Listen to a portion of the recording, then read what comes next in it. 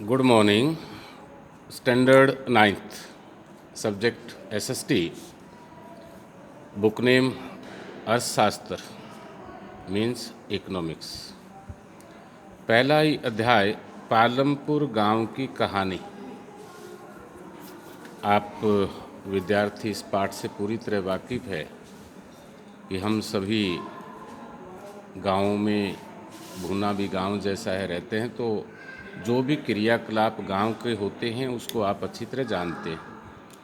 ये ख़ास तौर पर पाठ ऐसे विद्यार्थी जो बड़े बड़े शहरों में रहते हैं, उन्होंने गांव देखा ही नहीं, ना खेत खलियान या गांव का जीवन, तो उनके लिए ज़्यादा है। लेकिन पालमपुर गांव की कहानी क्या कहती है? इस कहानी का उद्देश्य उत्पादन से संबंधित कुछ मूल विचारों से परिचित कराना है। यानी कि गांव में जो सेवा है, कार्य है, उत्पादन है, वो किस प्रकार के होते हैं। तो काल्पनिक गांव पालमपुर की कहानी ये मान लिया गया। और आप जानते हैं कि पालमपुर गांव ही नहीं, पूरे हिंदुस्तान, यदि वर्ल्ड की बात करें तो सबसे ज़्यादा जनसंख्या गांव में निवास करती है। और महात्मा गांधी ने एक बार कहा था कि भारत गांव का ही देश है। पालमपुर में खेती मुख्य क्रिया है, जबकि अन्य क्रियाएं जैसे लघु स्तरीय, विनिर्माण, डेयरी, परिवहन, सीमित स्तर की जाती है। इन उत्पादन क्रियाओं के लिए विभिन्न प्रकार के संसाधनों की आवश्यकता होती है। तो आप संसाधन क्या होते हैं? जैसे आपके हाथ में पेंसिल है, वो भी संसाधन है, क्यों लिखने का काम करती है। आपके हाथ में बुक है, वो भी संसाधन। संसाधन का मतलब जो भी काम आए वो सारे संसाधन होते हैं। प्राकृतिक संसाधन होते हैं, मानव निर्मित वस्तुएं, मानव प्रयास, मुद्रा। अप्राकृतिक संसाधन आप देखते हैं, पृथ्वी, चंद्रमा, सूर्य, वर्षा आदि प्राकृतिक है, मानव निर्मित वस्तुएं।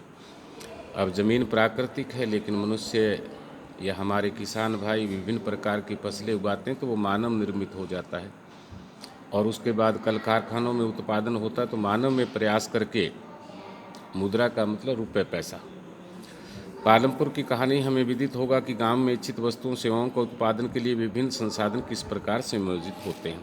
पालमपुर गांव कस्बों भली भांति जुड़ा हुआ है। बड़ा गांव रायगंज पालमपुर से 3 किलोमीटर दूरी, प्रत्येक मौसम में सड़क गांव को रायगंज और उसके निकटतम छोटे कस्बे शाहपुर से जोड़ती है।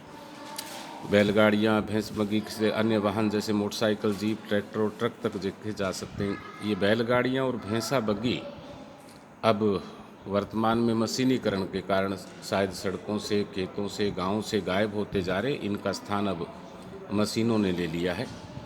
विभिन्न जातियों के 450 परिवार रहते हैं। अधिकांश भूमि के स्वामी उच्च जाति के 80 परिवार, उनके मकान बहुत बड़े, ईंट सीमेंट, ये सारी गांव की व्यवस्था बताई। तो आप भी अपने गांव में देखेंगे कि जितने लोग रहते हैं उसमें ऐसे गांव के लोग भी हैं जिनके पास बहुत ज़्यादा ज़मीनें हैं, ऐसे गांव में भी हैं जिनके पास थोड़ी कम हैं और उनसे भी कम हैं, और ऐसे परिवार भी आप मिलेंगे गांव में मिलेंगे जिनके पास किसी प्रकार की ज़मीन नहीं होती। वो या तो किसी प्रकार के शहरों में कार्य करके, गाँव में अनेक प्रकार के कार्य करके जीवन यापन करते हैं, या खेती बाड़ी और पशुओं में लगे होते हैं। आपने ट्यूबवेल देखा, बिजली से चलते हैं। पालमपुर में school, high school, girls school, ये चीज़ें भी मिलती है। आज तो गांव में हॉस्पिटल, आपका पंचायत घर, ई सेवा केंद्र, आज तो गाँव का स्वरूप बदल गया। लेकिन जिस वक्त ये पाठ लिया गया तब गाँव का स्वरूप थोड़ा और था।